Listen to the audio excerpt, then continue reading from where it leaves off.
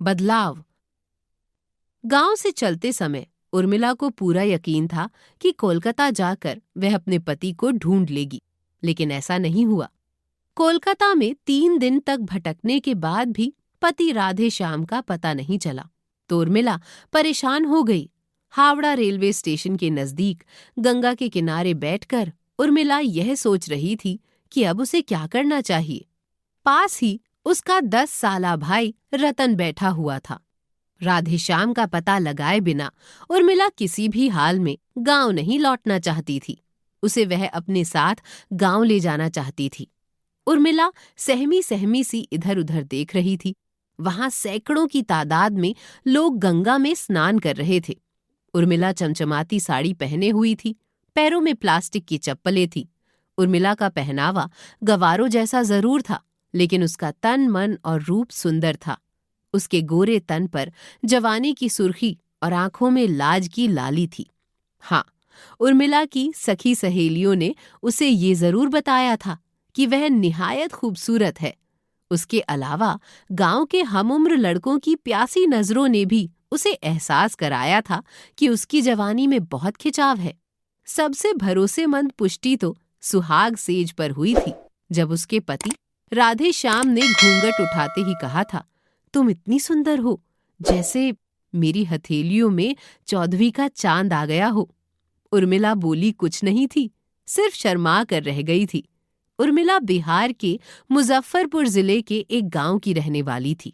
उसने 19वां साल पार किया ही था कि उसकी शादी राधे श्याम से हो गई।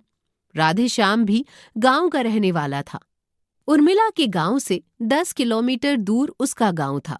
उसके पिता गांव में मेहनत मजदूरी करके परिवार का पालन पोषण करते थे।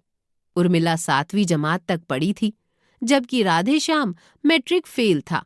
वह शादी के 2 साल पहले से कोलकाता में एक प्राइवेट कंपनी में चपरासी था। शादी के लिए राधे श्याम ने 10 दिनों की छुट्टी ली थी, लेकिन उर्मिला के हुस्न व शबाब के मोहपाश में ऐसा बंधा कि 30 दिन तक कोलकाता नहीं गया। जब घर से राधे श्याम विदा हुआ तो उर्मिला को भरोसा दिलाया था, जल्दी आऊंगा, अब तुम्हारे बिना काम में मेरा मन नहीं लगेगा। उर्मिला झट से बोली थी, ऐसी बात है तो मुझे भी अपने साथ ले चलिए, आपका दिल बहला दिया करूंगी, नहीं तो वहां आप तड़पेंगे, यहाँ मैं बेचैन रहूंगी। उर्मिला ने राधे श्याम के मन की बात कही थी, लेकिन उसकी मजबूरी यह थी कि 4 दोस्तों के साथ वह उर्मिला को रख नहीं सकता था।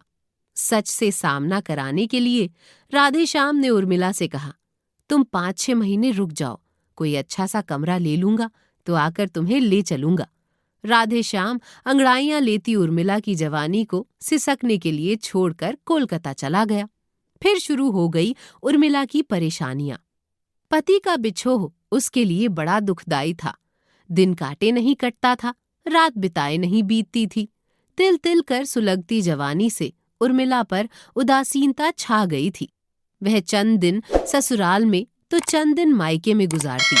साजन बिन सुहागन उर्मिला का मन ना ससुराल में लगता ना मायके में, मगर ऐसी हालत में भी उसने अपने कदमों को कभी बहकने नहीं दिया था।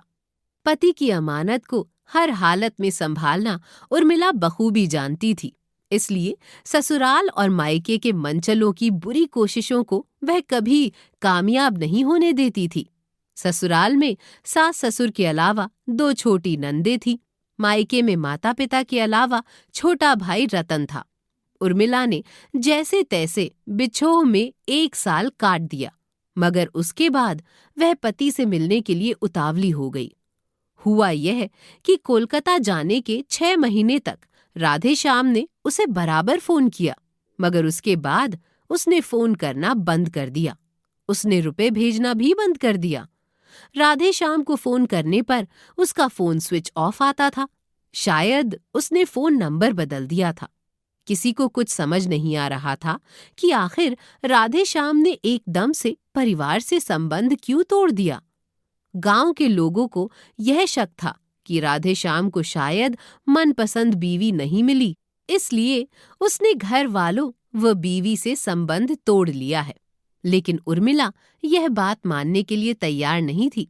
वह तो अपने साजन की नजरों में 14वीं का चांद थी। राधेश्याम जिस कंपनी में नौकरी करता था उसका पता उर्मिला के पास था। राधेश्याम के बाबत कंपनी वालों को रजिस्टर्ड चिट्ठी भेजी गई। 15 दिन बाद कंपनी का जवाब आ गया। चिट्ठी में लिखा था कि राधेश्याम 6 महीने पहले नौकरी छोड़ चुका था। सभी परेशान हो गए। कोलकाता जाकर राधेश्याम का पता लगाने के सिवा अब और कोई रास्ता नहीं था। उर्मिला का पिता अपंग था। कहीं आने जाने में उसे काफी परेशानी होती थी। वह कोलकाता नहीं जा सकता था। उर्मिला का ससुर हमेशा बीमार रहता था। जब तब खांसी का दौरा आ जाता था, इसलिए वह भी कोलकाता नहीं जा सकता था।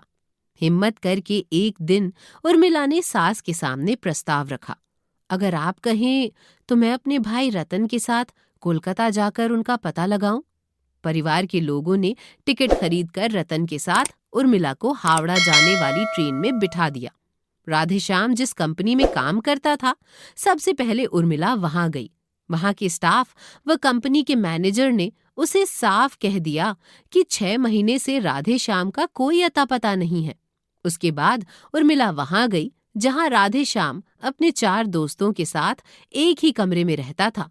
उस समय 3 ही दोस्त थे। एक गांव गया हुआ था। तीनों दोस्तों ने उर्मिला का भरपूर स्वागत किया। उन्होंने उसे बताया कि 6 महीने पहले राधेश्याम यह कहकर गया था कि उसे एक अच्छी नौकरी और रहने की जगह मिल गई है, मगर सच्चाई कुछ और थी। आप देख रहे थे कहानी का पहला भाग। अगला भाग देखने के लिए डिस्क्रिप्शन में दिए लिंक पर क्लिक करें और चैनल को सब्सक्राइब कर ले ताकि हमारे हर वीडियो की नोटिफिकेशन आपको मिल सके।